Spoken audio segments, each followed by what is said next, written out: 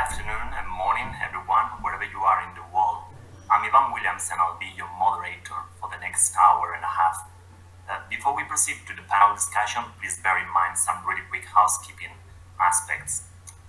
Interpretation for this session will be available, as you might know, in 12 languages, including Bangla, Bahasa, Hindi, Japanese, Korean, Malay, Mandarin, Sinhalese, Tamil, Thai, and Vietnamese, while the main language of communication, as you've probably noticed, will be English.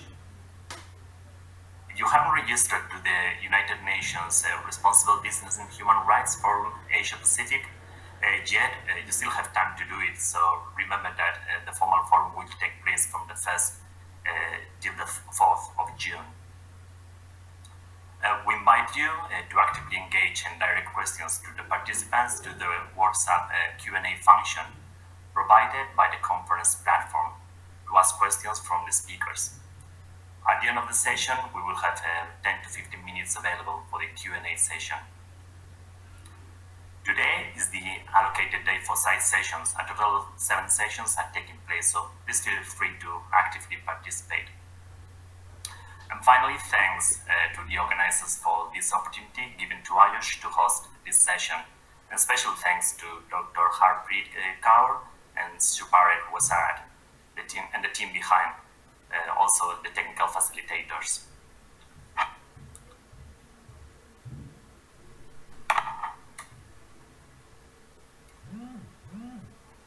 Today's session is hosted by the Institution of Occupational Safety and Health, and the title of the session is Achieving Decent Work for All through the lens of the Regional Comprehensive Economic Partnership Agreement.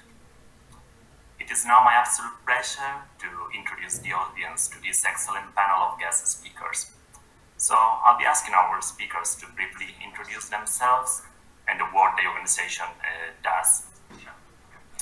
So our first speaker is Tarini Suraburan, and she's a business and human rights specialist at the UNDP Business and Human Rights in Asia. Tarini, can you tell us a bit more about your role and the work your organization does? Thank you. Thank you so much, Ivan, for having me today. And greeting from Bangkok. Good morning, good afternoon, everyone. My name is Tarini. I am the Business and Human Rights Specialist at UNDP Thailand.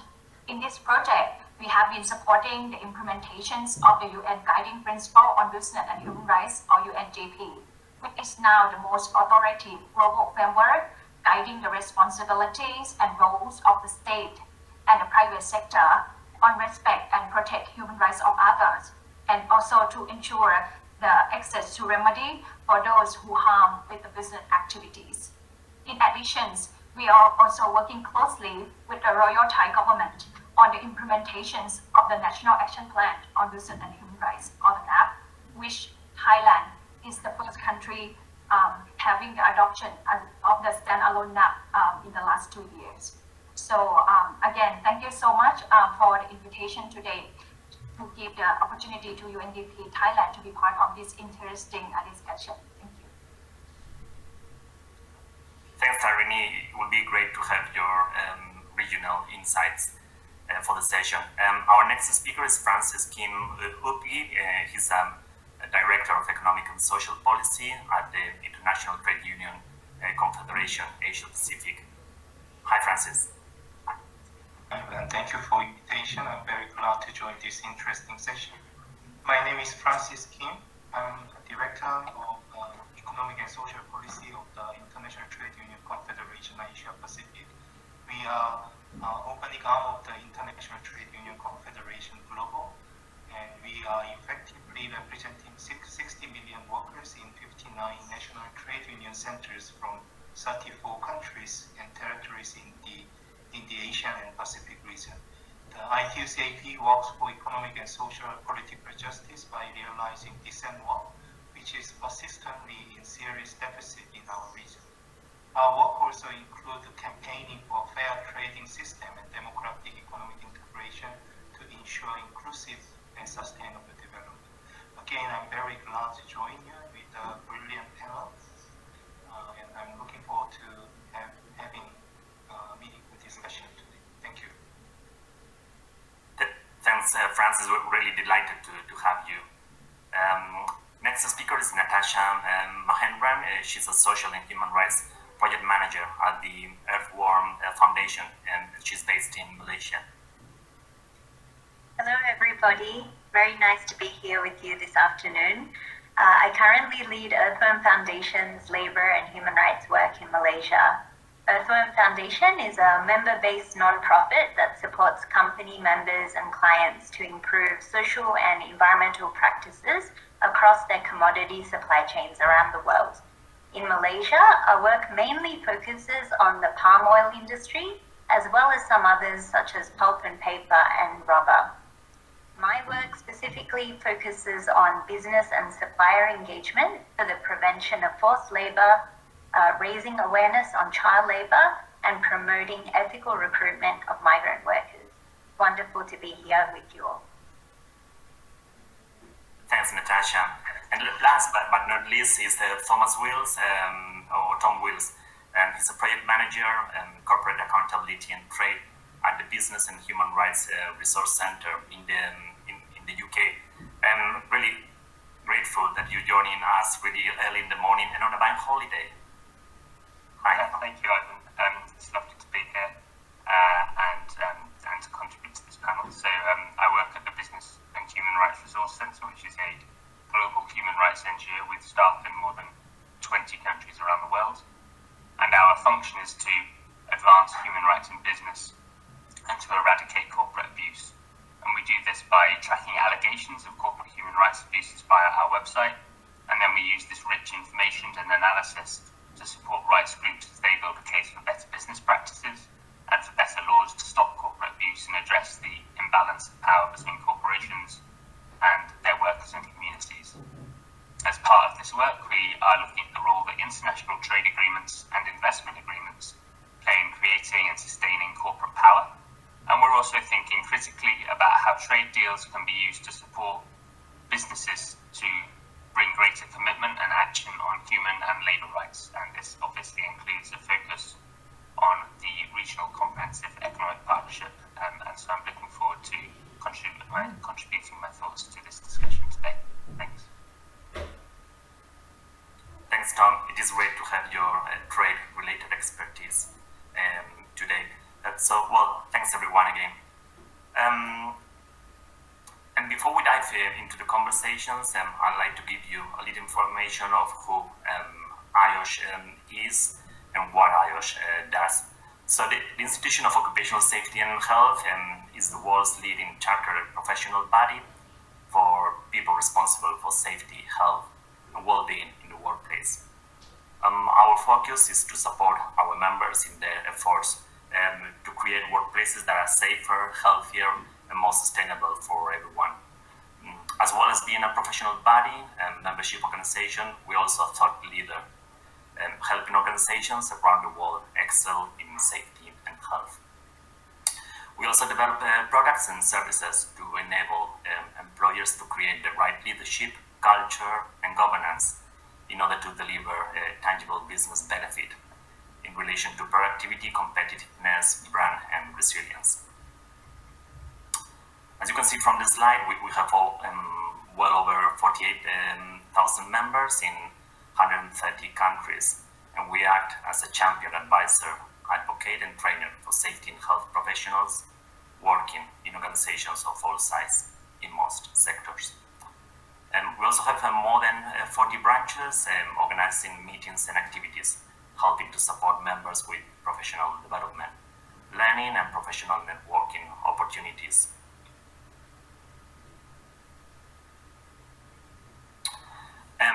Myself, I belong to the policy and regulatory and engagement team, and from a policy perspective, IOSH influences decision makers and informs the policy making process in many aspects of safety, health, and well-being at work. More recently, we are engaging in conversations to better understand how health and safety interplays with different aspects of either social sustainability, business and human rights, corporate governance, and decent work as well.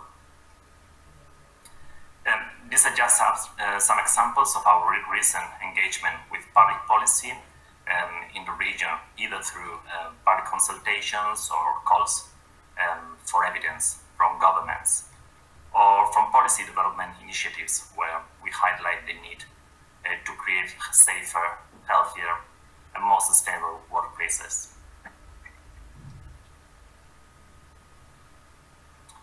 And as you can see, our influence is also evidence-based and supported by research and carried out in the region. So these are just some examples of research that we carried out to better understand the complexities of those working, as you can see, in challenging sectors, such as those operating in the global container ports industry, in the maritime industry, seafarers, or those working in the coal mine industry.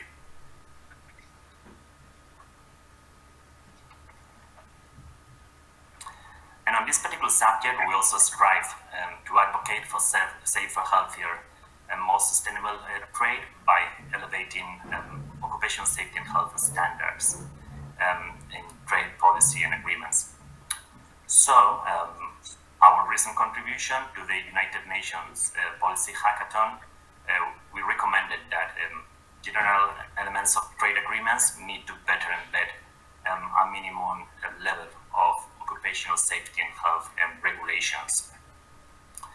And I think that this is a message that is worth resonating in similar platforms like this one, or the ones that will be led in the next few months by the ILO, the International Labour Organization, or the WTO, the World Trade Organization. And without any further ado, let's give it a start to the conversation. It's worth noting that this session has an exploratory remit. So while the Economic Partnership Agreement has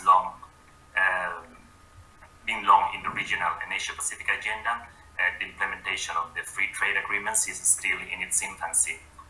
Reason why we thought that this could be a great time to discuss about this particular issue.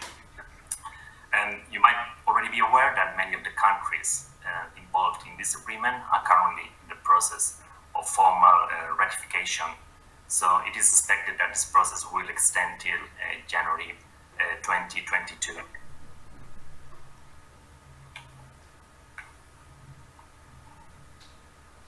And I'm conscious that we do have a subject matter expert in this session, but I just wanted to give a quick snapshot of the economic significance of the RCEP agreement for the region. In summary, this is a free trade agreement that looks to stimulate markets and enable the free movement of goods, especially industrial and agricultural products. I forgot to mention that we have divided this session into 4 different themes. So the first theme looks at providing a better understanding of the agreement in itself. So with that in mind, Tarini, Tom, I'd like to know your initial thoughts on what are the benefits expected from the RCEP across global supply chains, and how the partnership can support or better support the promotion of human rights and global supply chain in the region.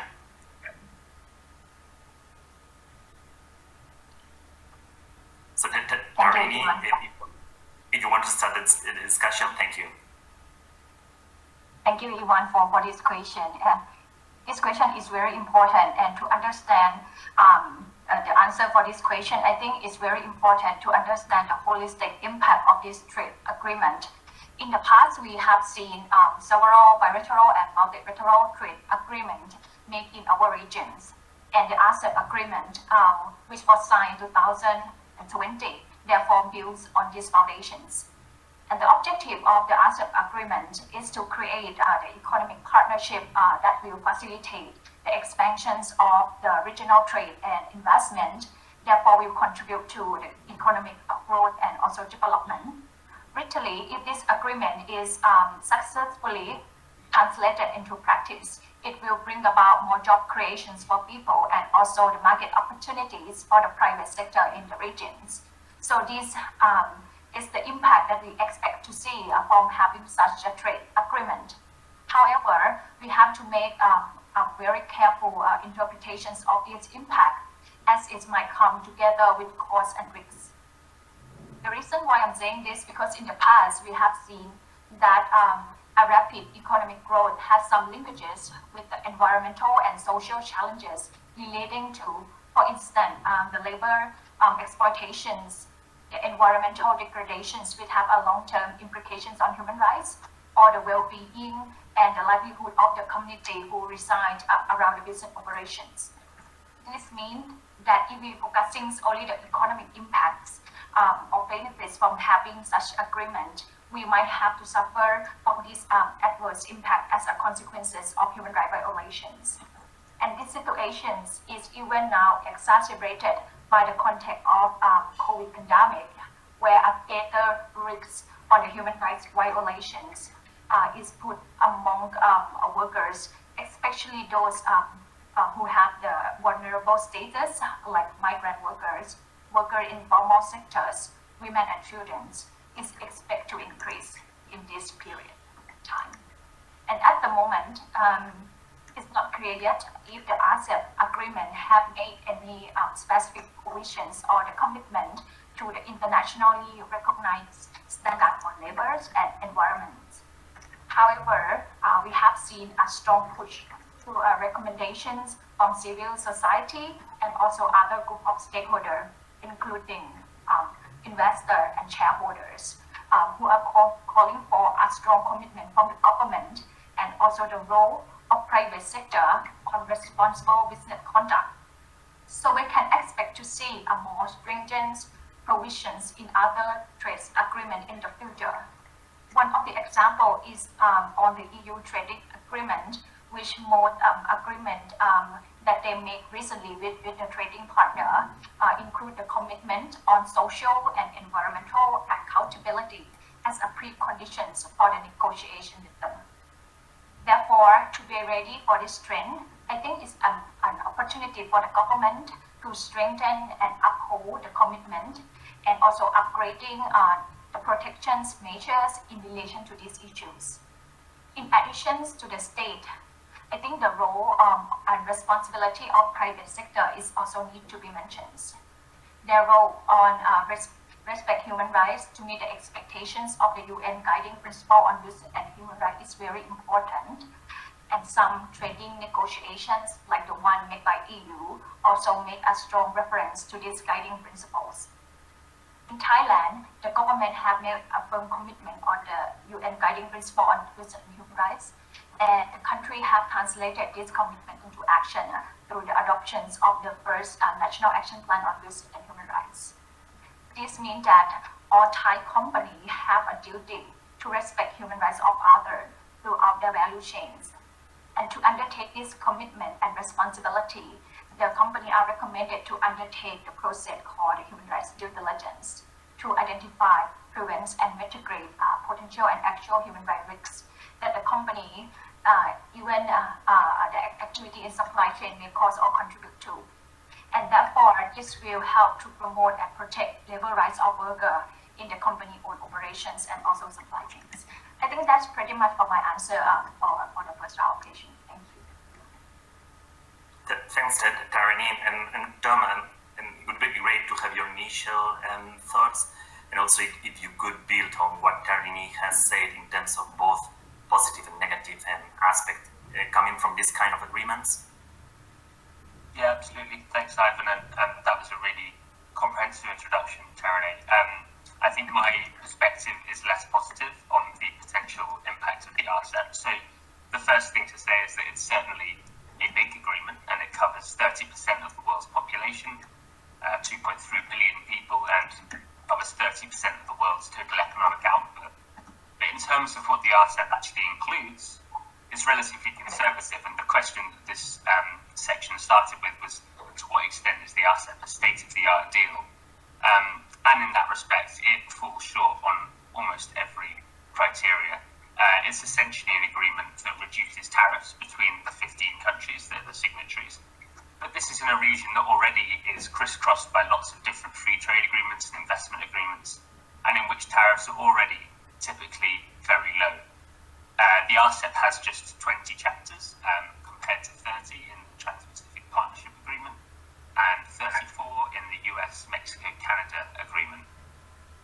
So, based on this, I think it's worth asking why the RCEP exists.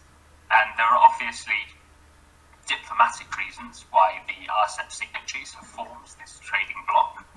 And I think the development of the RCEP should be understood in the context of President Obama's efforts via the Trans-Pacific Partnership to strengthen the USA's economic standing in East Asia, and perhaps the RCEP was in some ways a diplomatic or geopolitical response to that. But beyond those kind of diplomatic questions, it seems that the RCEP is driven by the interests of corporations. Its aim is to make life as easy as possible for corporations that are operating across the region, and it does this by, as Tarane already said, creating a permissive business environment, so lowering the tariffs that need to be paid, lowering the standards that need to be met, and keeping the regulations that businesses need to follow as low as possible. So you can see why, given all this, businesses have welcomed the introduction of the RCEP. But then for the rest of us, there is a note of real caution. This is overall a recipe for deregulation and means that governments themselves have less flexibility when it comes to regulating in the public interest. So perhaps nationalising certain sectors, driving up standards, or protecting certain industries from international competition. All of this becomes a lot more difficult if a country is a signatory to the RCEP. And therefore the agreement, in my view, privileges corporate interests above the needs of workers and communities, and is in some senses quite anti-democratic. In addition to these points, I think that it's notable that the RCEP fails to place any additional responsibilities on businesses to counterbalance the rights and opportunities that it provides. So the RCEP is notable compared to other similar trade agreements in that it fails to pay any lip service to human rights and the environment in terms of its language, and Tarane already mentioned this. Often similar trade agreements include language about human rights and labour rights, about the UN guiding principles on business and human rights, or even around the Paris Climate Agreement. And in this really important respect, the RCEP fails to do any of this, and therefore cannot at all be seen as a state-of-the-art or best-in-class agreement. And I'll go a bit more into this shortcoming in depth later in the discussion. Thank you. Yes, please, Tom, feel free to do so. Thanks for sharing your thoughts on this. And Natasha, can you please provide some thoughts on this topic, and I guess in particular in relation to the impact on the supply chain, or the potential impact on the supply chain at the local level in sectors such as agriculture and farming. And I know you do have on-ground expertise in Malaysia, so thank you. Thanks. I think one of the key elements here is to consider how individual businesses could be involved, perhaps building on the new human rights-based due diligence requirements and frameworks that are out there now, to look at that in terms of how they enter into contracts and into cooperation. I think the important thing is for businesses to be aware of the requirements, and especially on the labour side in terms of employment, worker rights and human rights impacted businesses. That connection needs to be there, and that awareness needs to be built amongst companies as well. Thanks for your thoughts, Natasha. And Francis, Tom was mentioning the big focus of the agreement around the private sector. So what will it take to the agreement to stimulate a social compact between other bodies like governments, social partners, and civil society to achieve inclusive and sustainable economic growth, and therefore decent work within the region? Thank you. Sorry. As already explained by you, the RCEP covers most economic aspects with very wide and significant social and health impacts. And in this regard, we have very negative view on this RCEP. So I would like to share the deficit in the RCEP to achieve inclusive and sustainable economic growth and decent work. So I may need to echo what Pom already explained. First of all, I want to highlight these 8 years of a series of undemocratic or least democratic and closed negotiation, which even failed to meet its own principle and objective of RCEP countries to create an open, inclusive, and rules-based trade system to make trade work for all. We strongly believe that they failed to meet their own principle.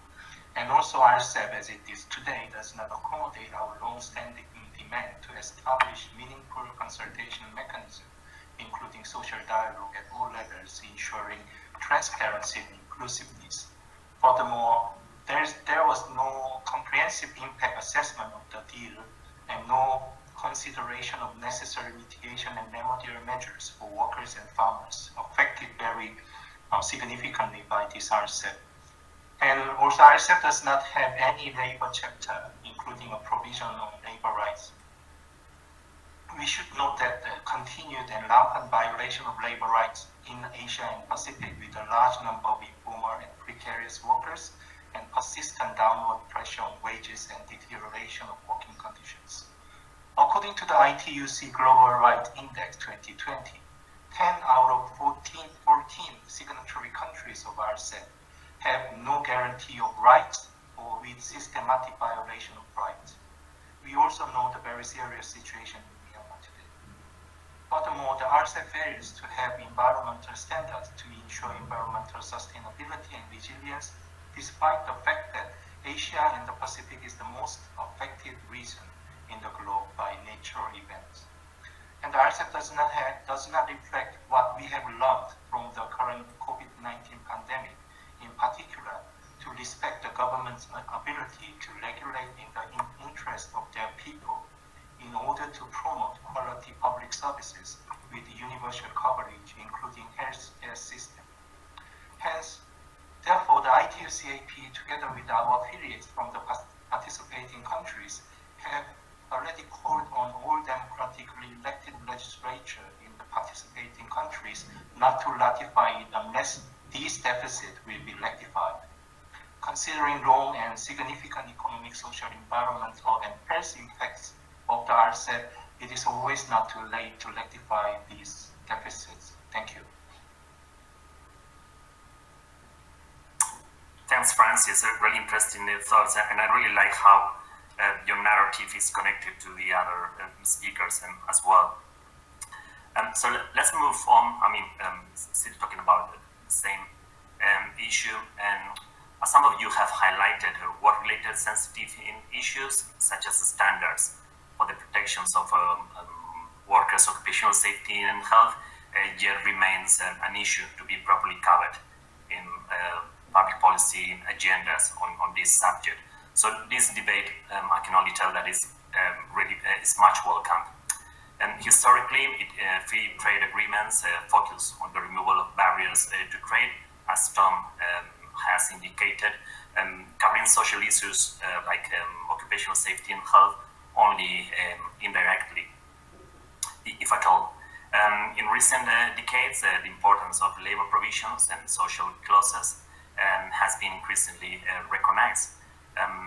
For example, our paper confirmed supporting evidence that highlight how labor obligations, including health and safety obligations, are becoming increasingly important elements in this kind of agreements. For example, in the ones led, as some of the speakers have mentioned, by the US or the European Union, that require the parties to respect decent work principles in accordance with international standards. But that said, our paper also alerted of not so well developed practices that might compromise the protection of labor rights or that don't uphold international labor standards. And this is particularly the case for those agreements that involve challenging regions, such as the novel bi-regional association agreement between the European Union and Mercosur with countries from the South America region. So, question for the speakers is that As regards trade agreements, the promotion of decent work, the ratification and implementation of co-labor standards are important area of cooperations between the parties involved in this agreement. So would this create a space for the implementation of collaborative initiatives to improve labor standard and OSH, occupational safety and health, at a regional or country level? So Natasha, it would be great to have your thoughts on this. I know you already provided some tips, but can you please elaborate a bit more on this? Sure, thank you. It would be ideal if in the pre-ratification stage that international labour and OSH conditions and standards are clearly outlined. This would mean that under such agreements there isn't a race to the bottom, or that the competitiveness of companies across countries isn't based on low wages or poor conditions. This would also mean that there's a clear legal framework and guidelines for companies to follow, instead of solely relying on voluntary codes of conduct to meet international standards. Cooperation on capacity building, monitoring structures, and complaints processes would also be important here as well. Consultation, I believe, would be key for having good cooperation. How relevant actors and stakeholders are engaged through the process of designing the RCEP till ratification and beyond. And if governments need to amend laws or policies prior to ratification, what would be important to see is how these changes will be communicated to employers, workers, and the public. To also look into who will be enforcing the changes and if they are well equipped. For example, if labour inspectors are able to identify labour trafficking, forced labour or child labour, if these international standards can be upheld. So in terms of complaints mechanisms, who can access it? Will groups most impacted by the agreement be made aware of its existence? And what redress functions would be applicable? Also in terms of monitoring mechanisms, this is another area where governments and social partners can contribute. But what exactly would these modalities be, and would it be accessible to those non-specialists from industry associations, CSOs, trade unions, that would have a wealth to contribute, but traditionally aren't always involved in these types of processes? So as others also mentioned, we've seen COVID impacts. It would be really important to see that through the RCEP, that we can handle the impacts on workers much better than we have been. How can we have collaboration to ensure that workers are better protected? Last year here we've seen pressure on workers that have been exposed to health and safety hazards, even in the production of those very essential goods such as personal protective equipment that's needed in this pandemic. Workplaces have become infection zones and work dormitories have become hotspot cluster sites. So I'd really like to see us do very much better, and I wonder if through these agreements that we could have a stronger crisis response. Thanks, Natasha. Francis, can we have your opinion on this, considering that ITUC is one of the key or crucial advocates when it comes to international labor standards? Thank you, Ivan. First of all, I'd like to highlight that occupational safety and health is a fundamental human and workers' right. And that the international instruments clearly declare, including Universal Declaration of Human Rights and International Covenant on Economic, Social, and Cultural Rights and ILO instruments. As you may know, nearly half of ILO instruments deal either fully or partially concerned with issues related to occupational safety and health. And ILO Centenary Declaration for the Future of Work also well reflects the importance of the OSH issue. However, 2.78 million people died from work-related illness and injury each year, even before the pandemic, which means every day almost 8,000 workers died. Some 374 million non-fatal work-related injury occur every year, resulting in more than 4 days of absences from work. Asia is the worst region in terms of work-related mortality. 65% of the all work-related mortality in the world came from Asia. And you must know that the economic burden of poor occupational safety and health practices is also quite high, estimated at 4% of the global GDP every year, which is around $3 trillion US. The COVID-19 pandemic also clearly demonstrates the importance of occupational health and safety measures to contain the virus from the workplace. Unfortunately, with very poor, inadequate measures in Asia Pacific countries, a large number of workers, including over 17,000 health and care workers, have died from the virus. ITUC have been working together with ITUC Global to improve the OSH condition in the country, in our region. However, the Asian Pacific region has been facing inadequacy and ineffectiveness of national and local OSH legislation. Especially most legislation undermine participation of workers and trade unions to deal with these OSH measures.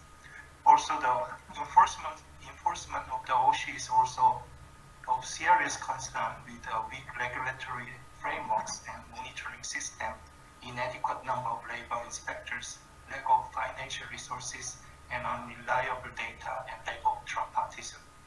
I would like to highlight the critical role of trade unions to improve OSH based on freedom of association and the right to bargain collectively. Therefore, I believe that all free trade agreements should realize OSH as the fundamental rights with, of course, an enforceable and effective labor chapter with a robust monitoring mechanism to have positive economic, social, and environmental impact. Thank you. Thanks, Francis. I think that's indeed a really interesting, a really important point to be highlighted throughout the debate. And Tom, you mentioned similar agreements that we could potentially benchmark in terms of higher standards, especially those coming from the North America region or led by the European Union. So what are your thoughts on this topic? Yeah, thank you, Ivan. So as has already been mentioned, the RCEP has no commitments within the text to the internationally recognized human rights, labor rights, and environmental standards that are defined by the UN or by the ILO. These are included, as you say, in the Comprehensive and Progressive Trans-Pacific Partnership, which is the trade agreement that links a lot of the East Asian and South American economies, as well as Mexico and Canada, and in some of the EU's free trade agreements since about 2014 that have been signed. But even in these trade agreements, there is little enforceability, and they simply provide via a trade and sustainable development chapter to provide a structure for resolving human rights issues through the framework of the trade agreement. So for instance, within the US-Mexico-Canada agreement, if it can be proved that a specific company or factory has been guilty of labour violations, such as paying below the minimum wage or suppression of unions, then there is a mechanism within the agreement to suspend the trade advantages for that specific company or factory. So putting extra tariffs in or restricting market access. And that's a positive way in which trade agreements can support better human rights and labour rights. Although in every example, I think there is much more progress that needs to be made to understand how that can work more efficiently and effectively. And these processes tend to be very slow. As has already been noted, the RCEP is silent on all of these matters. It contains not even the most kind of cursory language on human rights commitments, and it doesn't even reference the ASEAN's own human rights commitments.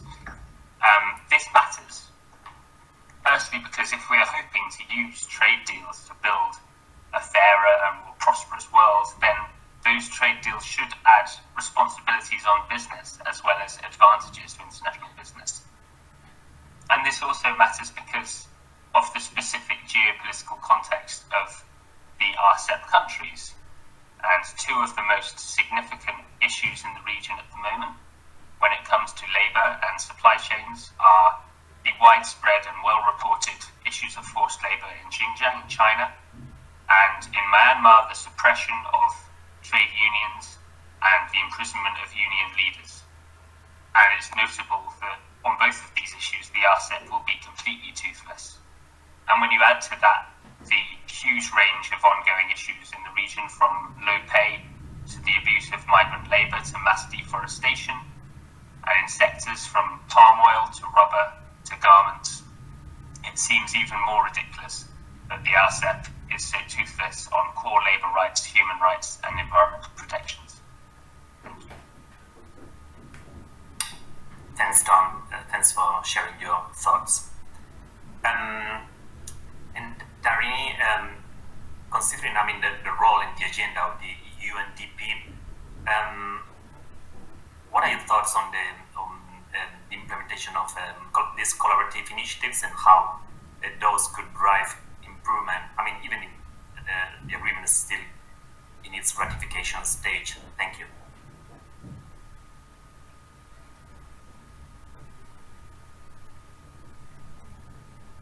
I think you're on mute, Tarini. Everyone. Yeah, thank you for the question. I may have answered this question in the previous question.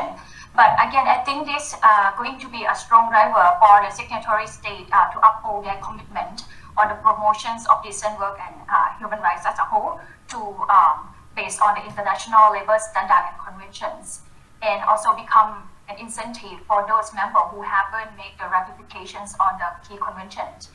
If the trade agreement have explicitly included the commitment of human rights as part of the prerequisite or the condition associated with liability of the agreement member. But the issue of enforceability is also important that we have to monitor, and I think it's also reflected by other speakers already. In addition, on the technical part of the trade agreement, we have seen that some trade agreement also offered area of collaborations in terms of exchanging expertise and good practices through forum and dialogue. This therefore will lead to a platform of learning and sharing experience and challenges facing among the signing parties. And at the country level, UNDP Thailand has been supporting such a dialogue between the policymakers and also the private sector in the area of human rights. And of course, the issues related to labor are part of the discussions. And the challenges that we found from this dialogue is the issue of policy coherence, meaning that there are still some gaps between the national law and regulations and the international standard.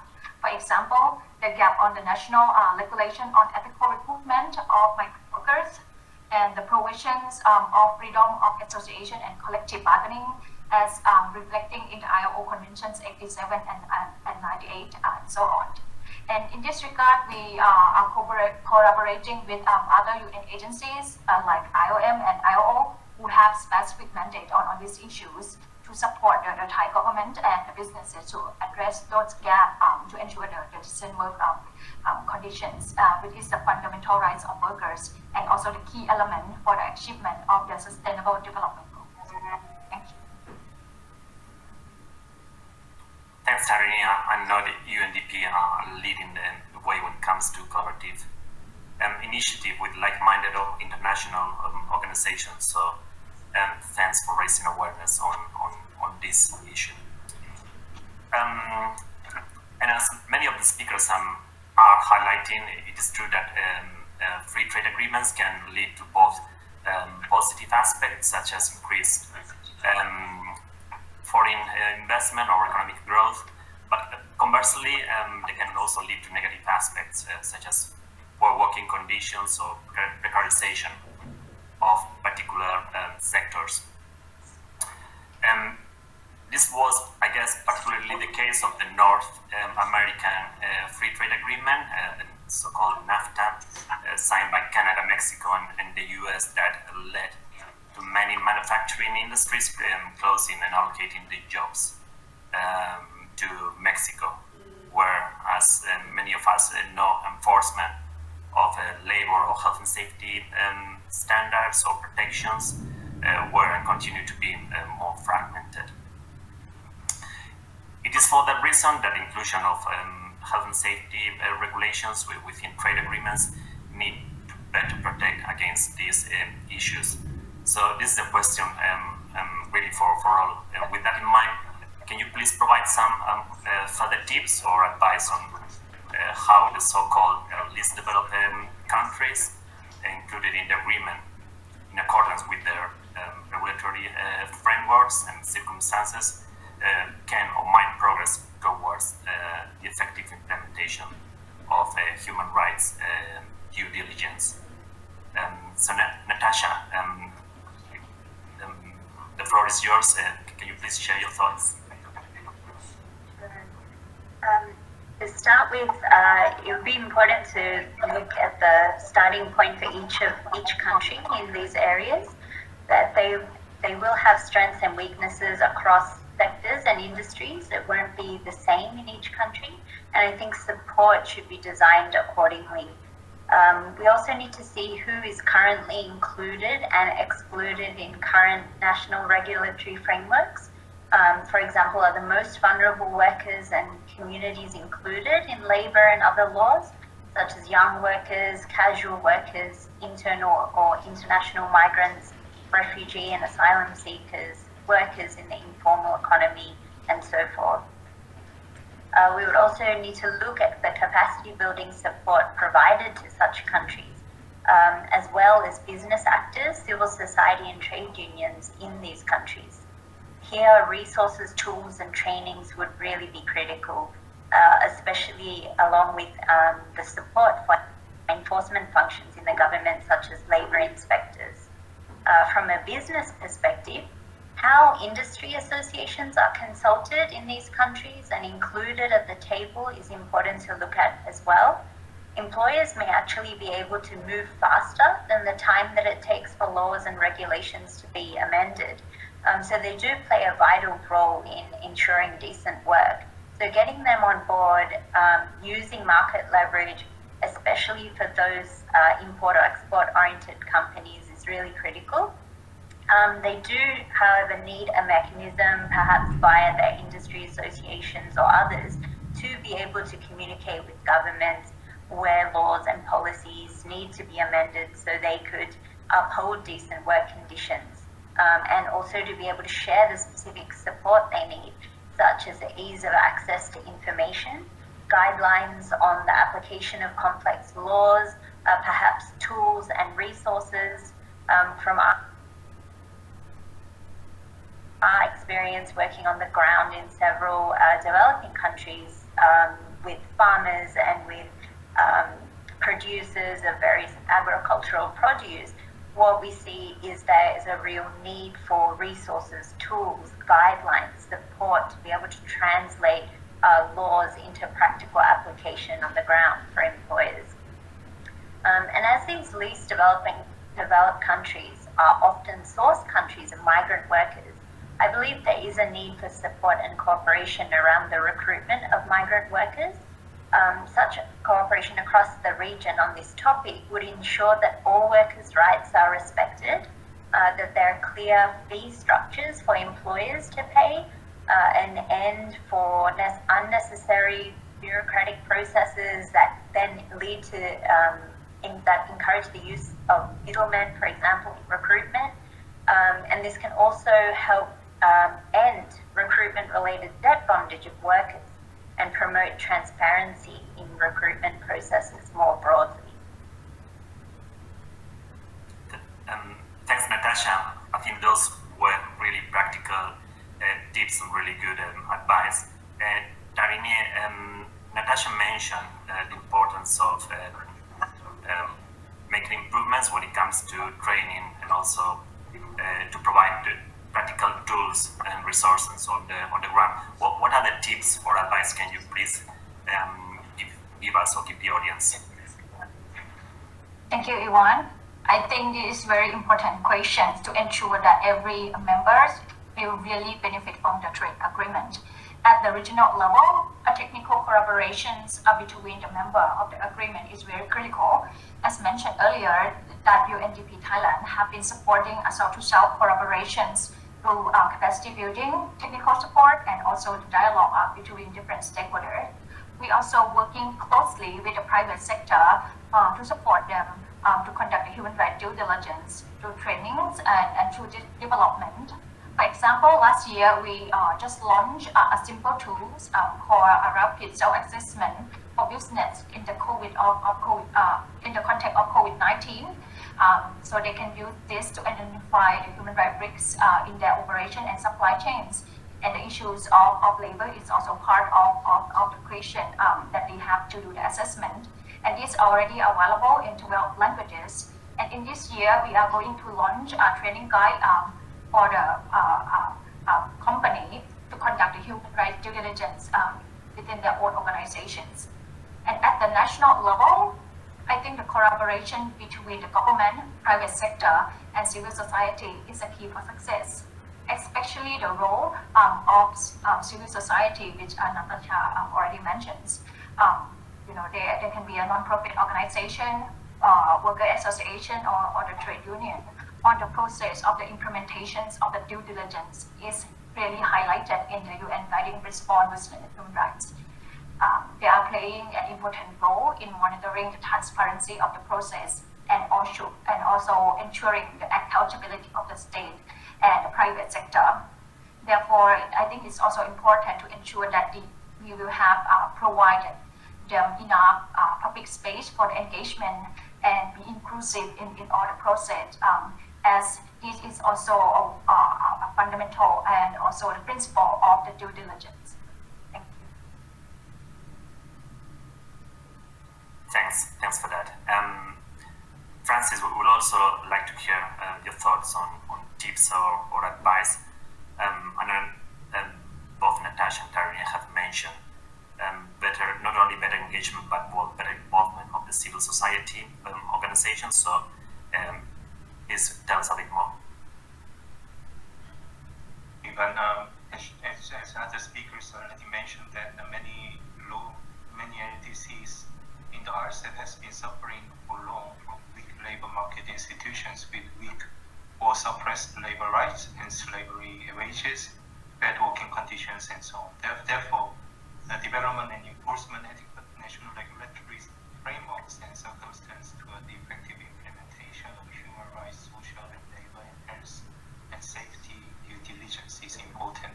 So the ITUCAP, together with our affiliates, has been advocating it based on social dialogue, and we have many policy discussions and technical support for affiliates for them to engage with their government to develop an enforcement adequate national regulatory framework. So yeah, at the national level, I already mentioned the regulatory framework with a strong enforcement mechanism protecting and upholding the labor rights of workers, regardless of their employment arrangement, should be institutionalized.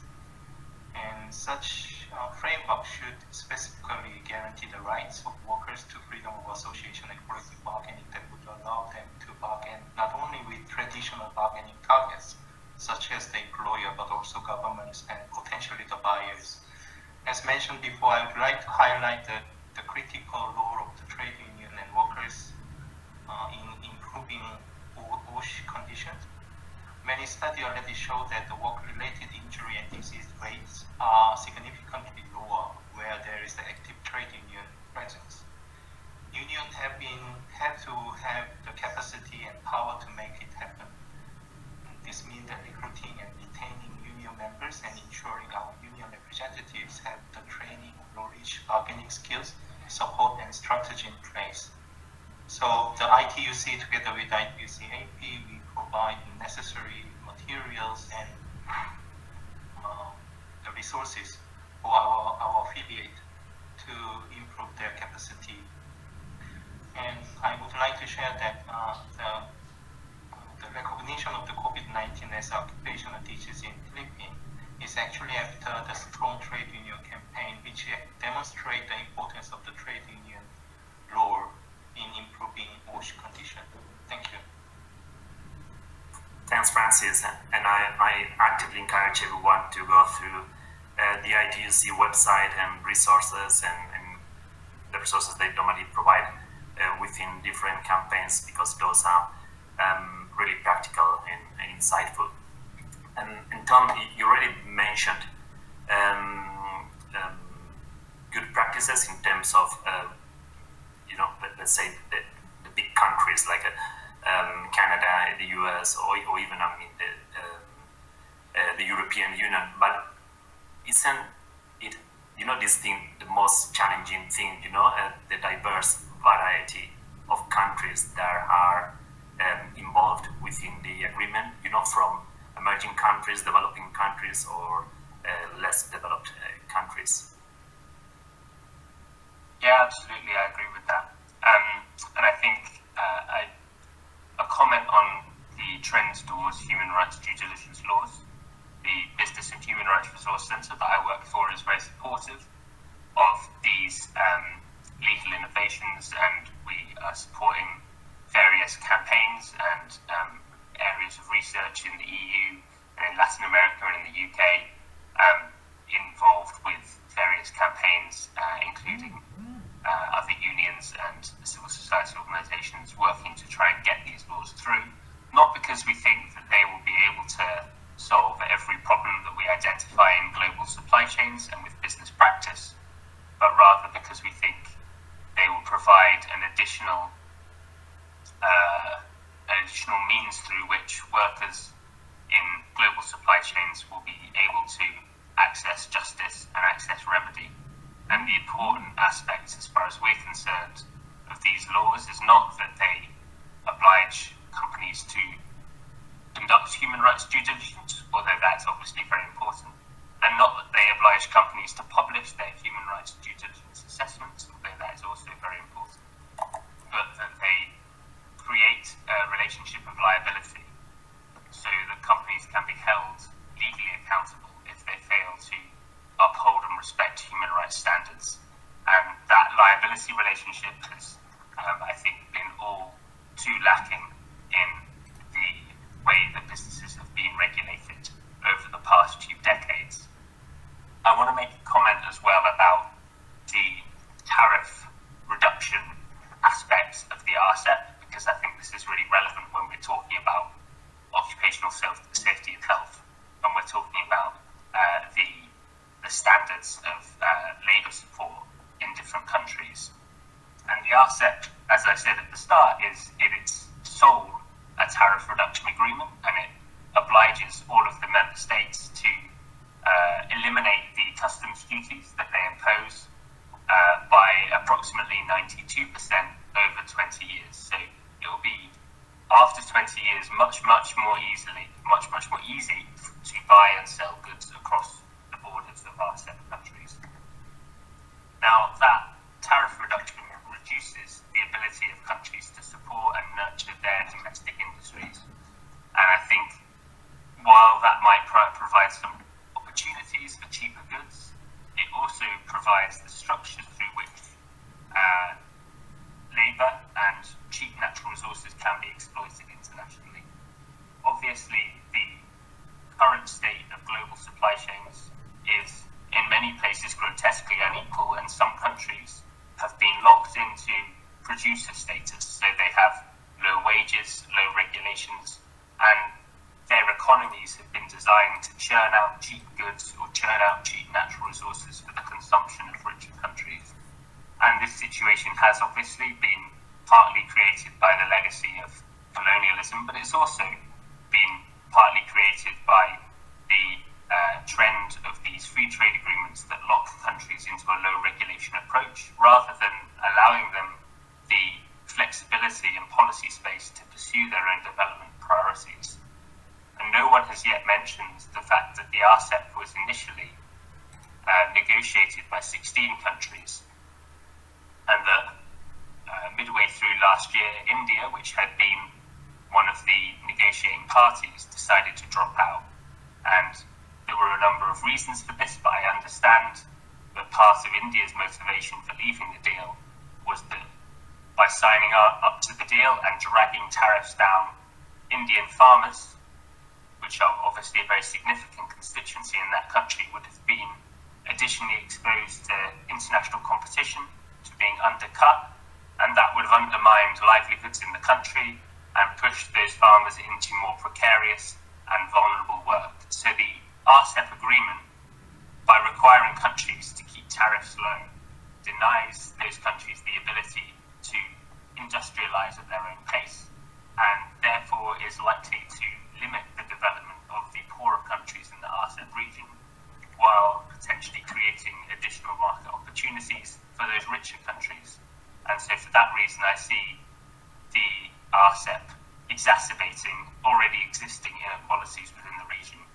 And that is something that we need to tackle if we are to prioritise decent work in the wake of the COVID pandemic that respects labour rights and unions and offers countries the ability to move beyond these very labour-intensive, low-regulation industries that have very much associated labour rights issues. Thank you. Thanks, Tom, for highlighting that link between tariffs and standards. Sorry, just a really quick question. So do you also see similarities between the agreement and the Mercosur, the one affecting those countries from the South America region? Yeah, absolutely. When you look at different free trade agreements around the world, they have far more in common than they have different, and the fundamental logic is to remove barriers to trade. And while that, as I have already said, provides opportunities for some businesses, that also has the effect of reducing the flexibility for governments to support their industries and to bring up standards. And so agreements that are fundamentally about bringing down barriers to trade and also bringing down standards have a lot in common. Thanks, Tom. Really, really interesting. So we're now getting towards the last theme, proposed theme of our panel session. I'm really enjoying the conversations, to be honest. So our last theme is much about anticipating change or future developments. It has been previously mentioned that we can expect major long-term trends impacting within the whole region, such as the restructuring of global value chains, countries, or some particular countries, embarking themselves in the digitalization of their economies, or nations becoming strongly aligned to greener goals and jobs, therefore abandoning traditional dangerous activities. These are some examples that have been reviewed in the Asia-Pacific Trade and Investment Trends 2021 Outlook report by the Economic and Social Commission for Asia in the Pacific. So on that basis, I'd like to ask our distinguished speakers about the impact of the Sustainable Development Goals and also that link between sustainability and business and human rights. I'd like to know what are the major trends that will positively or negatively impact at a local or global level.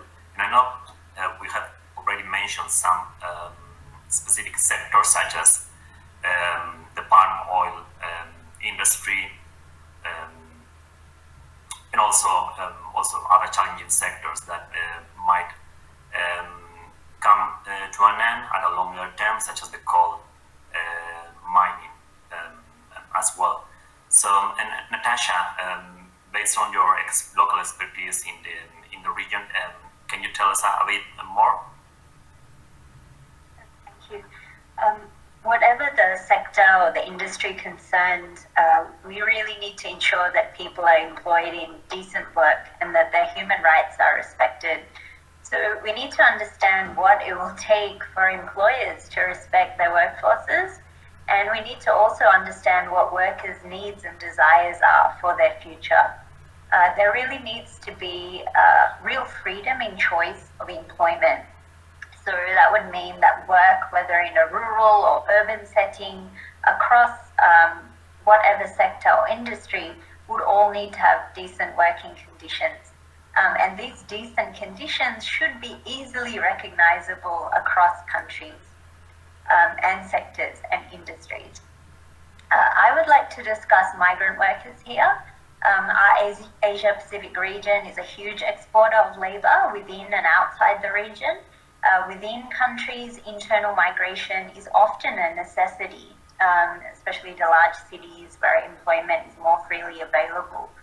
But if we imagine these same countries in the region actually being able to achieve the SDGs, their companies being able to achieve sustainable business practices and OSH standards, basically if wages were at a fair living standard instead of the minimum, where there's good quality education that's accessible to everybody, and decent work was actually available to people in their own countries at their village or town level, what then could we say of those current migrants who are overseas or internal migrants? Would this entire category of the workforce even exist? Would people still be pursuing these 3D type jobs in future? Clearly, standards will have to be raised to attract and retain workers in the long term. So whether we're talking about plantations in Malaysia that are dependent on migrant workers, or farms in Australia dependent on holiday and seasonal work visa holders, we really need to think about the future of work in these critical sectors that are dependent on migrants or other vulnerable workers, and how this will impact labour, trade and economies in the years to come.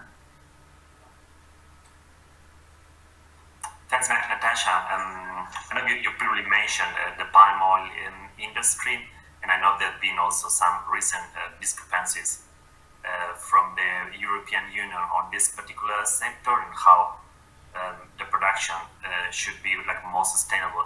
Can you give us some further thoughts on anticipating change in this particular sector? Sure. I've been working on programs and projects with this industry for the last 5 years now, and honestly, I can say that I've seen immense changes, a lot of change in attitude towards workers' rights in the industry. But of course, change has come slowly. So this is where it's really important that there is that collaboration and cooperation and support from government and other actors. What we found working with the palm oil industry is that for a lot of small, medium-sized companies, or if you're talking smallholder farmers that do have labor-related issues, there's a lack of awareness. And the industry is huge. Palm oil counts for 5% of Malaysia's GDP. So it's a very important industry, but what support is available for those wanting to make change, trying to convince boards and so forth in their companies that sustainable practices are needed.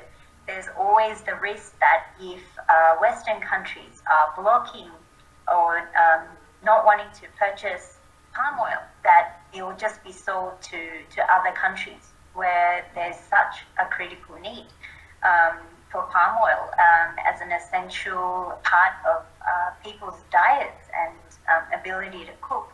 So it's a challenging industry to work in, but we are seeing positive changes.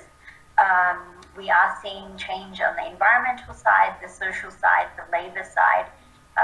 So we seek to encourage that, and one of the things we're doing at Earthworm Foundation is really pursuing more of a landscape approach now, and really pursuing multiple actors working together with companies, civil society, unions, government, local farmers, and other actors as well. So it will be interesting to see, though, as this industry is dependent a lot on migrant workers, where it will go in future. Will this supply of migrants still be available and willing, or will conditions need to really change for local workers to be more interested in this industry as well? Thanks, Natasha, and that's much appreciated. And again, I strongly encourage everyone to dive into the foundation website and to see good examples and practices on this particular sector or other sectors as well. Darine, I'd like to ask you the same question, and also based on your sustainability background as well. But I guess you would like to refocus the attention on the situation in Thailand. Can we please have your thoughts? Thanks, Ivan. First of all, maybe I address the trend globally. As you know, that all countries are progressing toward their commitment for the achievement of the Sustainable Development Goal by 2030. The decent work and economic growth is one of the key elements for this achievement, and reflecting on Goal 8 of the SDGs. This means that the country will have to ensure the effective implementations of relevant measures to promote the realizations of this goal in order to achieve the sustainable development. Apart from this sustainable development agenda, we have seen an increasing expectations from many stakeholders, especially the trading partners, investors, shareholders, and also a group of buyers that are looking for a commitment and also concrete actions from both government and also business on the protections and promotions of human rights. And the trends on the corporate sustainabilities, which focusing on the company accountabilities, on social, on society, environment, and also good governance, is another driver for the private sector to do things beyond the compliance on the minimum laws and regulations in the country where they are operated. In Thailand, many major companies, I'm talking about the big firms, have been conducting the human rights due diligence since a few years ago based on their voluntary basis as part of their sustainability initiatives. And also some of these companies participating in the sustainability benchmarkings and rating. For example, the Dow Jones Sustainability Indices, DJSI, which human rights performance of the company are part of the assessment criteria. So these are the trends that are happening for the Thai company, especially those with the high revenue generation and big capital marketizations. However, when we talk about the SME, the small and medium-sized company, is another story. It's still questions about how we can bring them into the same page with the big company to ensure their performance on the human rights, respect, and obligations. In addition to these expectations, we also expect to see a more stringent law and regulations relating to the due diligence and the human rights obligations. For example, in the future trade agreement, or even some domestic law and regulations. In Thailand, we just have a new ESG or sustainability mandatory reporting that being applied to all listed companies, regardless the site and the industrial sector. This law was just introduced by the Security and Exchange Commission this year and is going to be effective by next year. The topic on human rights and labor practices are one of the mandatory topics that the listed company have to disclose the information about the performance and also the process that they use to manage these issues. So this will strongly have the implications on the corporate human rights obligation and responsibility. Thanks, Darine. Very interesting thoughts. Toma, I would like you to go next. Can you please tell us how SDGs and decent work in particular are or tend to be embedded in trade agreements of this nature? And also, would you like to highlight any trend that you think might positively or negatively impact within the partnership? Thank you. Yeah, of course. And my comments will be general, and I'm glad that the other panelists are able to provide more specific comments to the region. I think one trend that needs to be watched very closely is around investment protection. There is a commitment within the RCEP to look at introducing more comprehensive investor protections after 3 years, and that could include what's been called ISDS clauses, which stands for Investor State Dispute Settlement clauses. And these clauses are included in hundreds of trade agreements and investment agreements around the world, and they exist to allow corporations to sue countries if those countries have pursued a policy that makes it more difficult for the corporation to profit. And the most famous example of this was when Philip Morris, the global tobacco giant, sued Australia when Australia introduced a law that required cigarette packets to be sold with plain packaging. And Philip Morris said that that law was jeopardizing their ability to profit, and they sued Australia. And there are lots of other examples. For instance, the Australian mining company Newcrest sued Indonesia when they banned open pit mining that was damaging the environment and polluting water sources in that country. So at the moment, we're very glad to say that the RCEP agreement does not include these clauses, but we need to be very vigilant that in 3 years' time there is an opportunity to review that, and in my view it would be disastrous for all kinds of human rights, environmental and democratic reasons if these clauses were to be involved in the future. I think the other thing to say about the next year or two with the RCEP is that we're all speaking about it as if it is a deal that's already in force. As you said in your opening comments, even the 15 countries signed late last year, but only 4 countries have so far gone through the ratification process, and that is China, Japan, Thailand and Singapore. And that provides an opportunity for the other governments who've signed to give their ratification a little bit more consideration. And for the 8 years up to last November, all of these negotiations were going on in secret. And it's only since the agreement was signed that populations, unions, civil society organisations and businesses have had the opportunity to actually see what was in the agreement and to give proper consideration to the impacts that that deal might have on workers in supply chains, on the environment, on occupational safety and health. And so I would hope that the coming year or two provides all of those countries with a little bit more time and flexibility to properly consider at a democratic level what RCEP membership would mean for them. And some, such as India already have, may consider not joining because it's actually perhaps not in their overall long-term development interests. So we'll be watching those ratification processes with great interest. Thanks, Tom.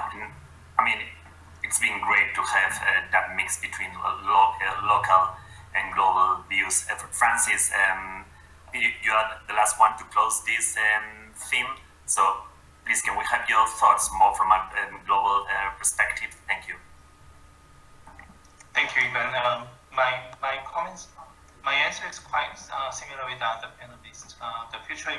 But I would like to change the question to what should the future investment and trade in the region become?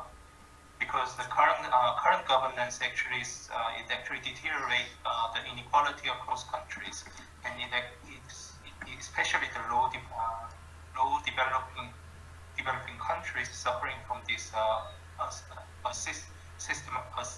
asymmetric power in the global supply chain.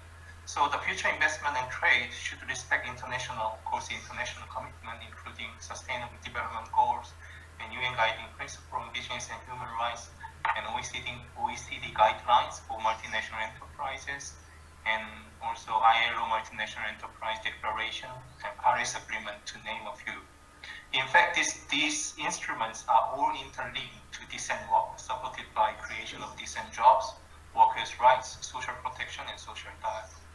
In particular, the current COVID-19 pandemic makes this Sustainable Development Goal 8 on decent work more relevant than ever, emphasizing the importance of occupational safety and health, protecting jobs and workers' rights, and strengthening social protection system and addressing unemployment and informality shocks.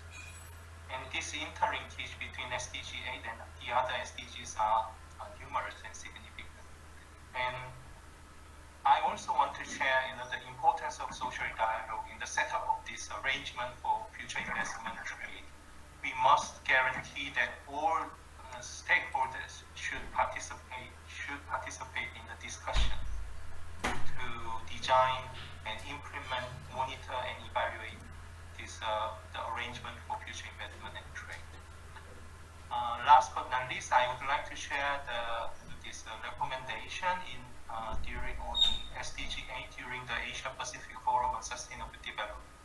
And after the discussion, they recommend to be more inclusive in the setting and strengthening the institutional mechanism for decent work led sustained, inclusive, and sustainable economic growth, and also to strengthen labor market institutions for effective and inclusive labor market governance, and also to accelerate occupational safety and health as a fundamental labor right, and to set up investment in human capital to provide all people the opportunities to realize their full potential throughout the life cycle, to make a progressive policy reform through social dialogue,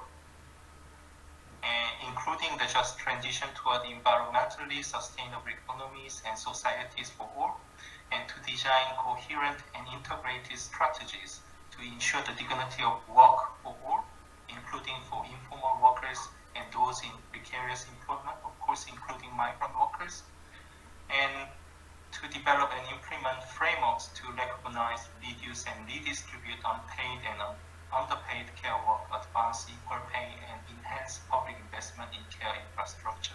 So I think this future investment and trade should respect these recommendations to ensure the inclusive and sustainable development. Thank you. Thanks, Francis, for your final thoughts. Thanks everyone for a really interesting debate. So time for us now to address some pressing questions coming from the live stream platform or from the participants attending the session. Let's see if we can respond to these ones in just 1 minute or so, if possible.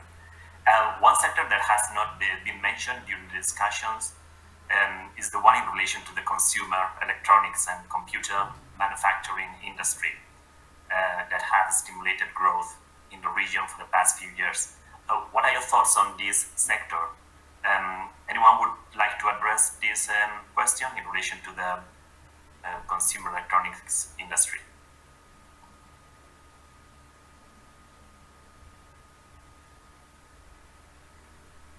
Francis, maybe this is one for you to address.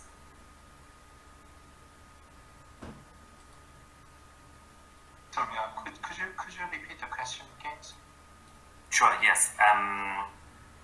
One sector that has not been mentioned during the discussions is the one in relation to the consumer electronics or computer manufacturing industry that have stimulated growth in the region for the past few years. What are your thoughts on this sector, I guess in terms of standards on this particular sector? Thank you. We see, of course, definitely this sector is one of the leading sector for economic growth in our region, Asia Pacific. But we must understand that there's the wide spectrum of the supply chains, and the lower part of these spectrums are, workers in the low part of the supply, the low part of this spectrum in the supply chain have not been given full respect of their rights, and they are suffering from very low living wage, and also the fundamental rights, especially the freedom of association and the right to collective bargaining,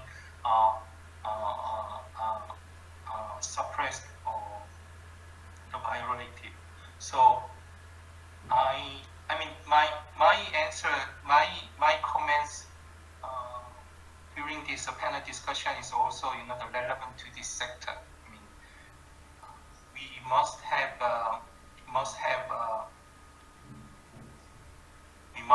set up the regulatory framework to make these all workers, regardless of their status of employment, enjoy their fundamental workers' right to represent their interests.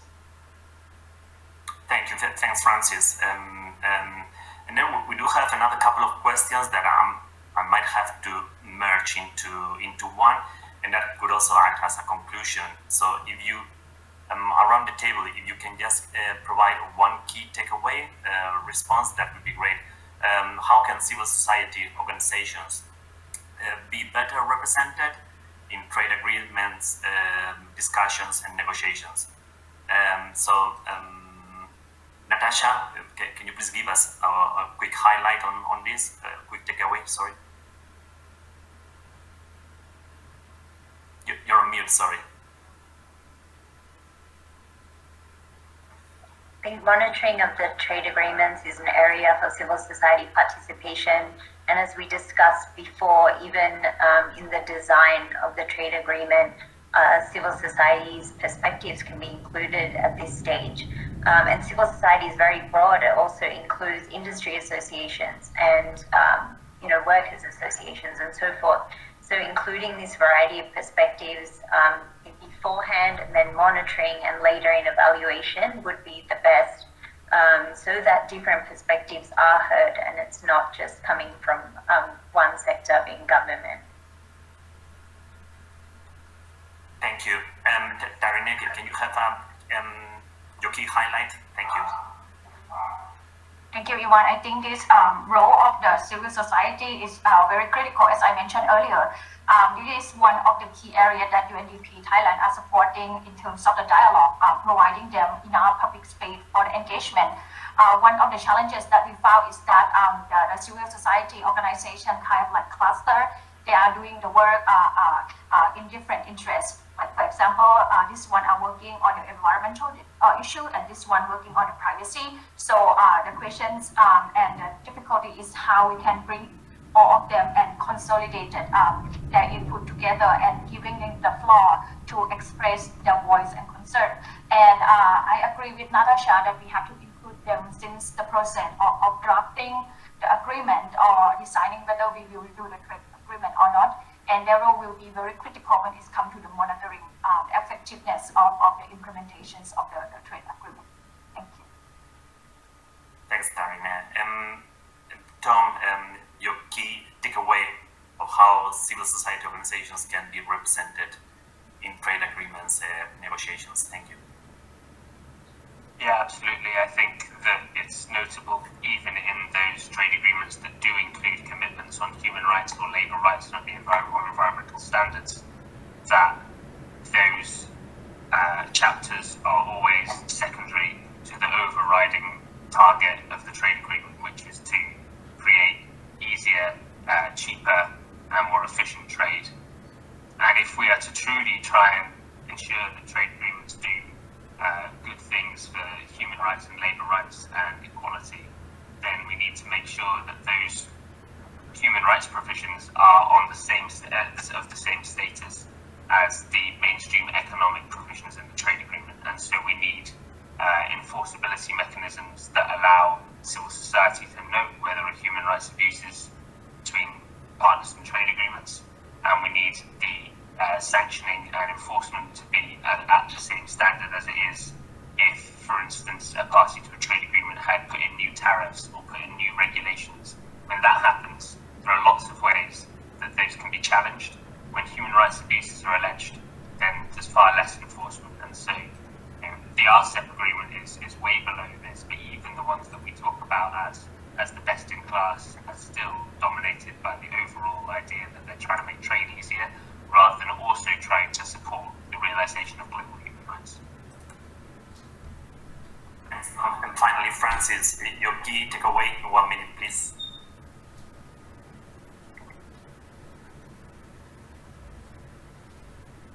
I just want to reiterate that the RCEP is actually failed to prefer to have people and labor in our planet at the center of this. They fail to address the people, labor in our planet that should be at the center of the building, prepare us a future with the sustainability, more inclusiveness and resilience. So our demand is very clear that we want to rectify those deficits, which I already mentioned earlier, towards an open and inclusive and rule-based trading system for all, including for all people, including all workers, regardless their status of employment. And also regarding the OSA, the OSH, Occupational Safety and Health, as you know that the ILO governing body in March this year, they decided to include this discussion of about inclusion of the safety and health as a fundamental right at work. And we see that governments are very supportive and many major employers are also very supportive. ITUC and ITUC together with our affiliate continue to work to make this support translated into formal acceptance of occupational safety and health as a fundamental right at work at the International Labour Conference in June 2022. So I also would like to ask your continued support to give priority to occupational safety and health. Thank you very much. Thanks, Francis. We're also eager to see that development coming into fruition in the next ILO conference, international conference. Well, special thanks to the speakers. You've been such a great panel, and the organizations you all represent for the great work they do on the ground and at a more global level. We're also really grateful to the participants that have joined us today and to the translators that are getting our message across in 12 Asian languages. I'm sure the resource will also be made soon available on demand for later views, so please feel free to come back to us with any further questions or comments. And please enjoy the rest of the 4 days of thought leadership content and stimulated discussions. Again, thanks, and please stay safe, everyone. Thank you.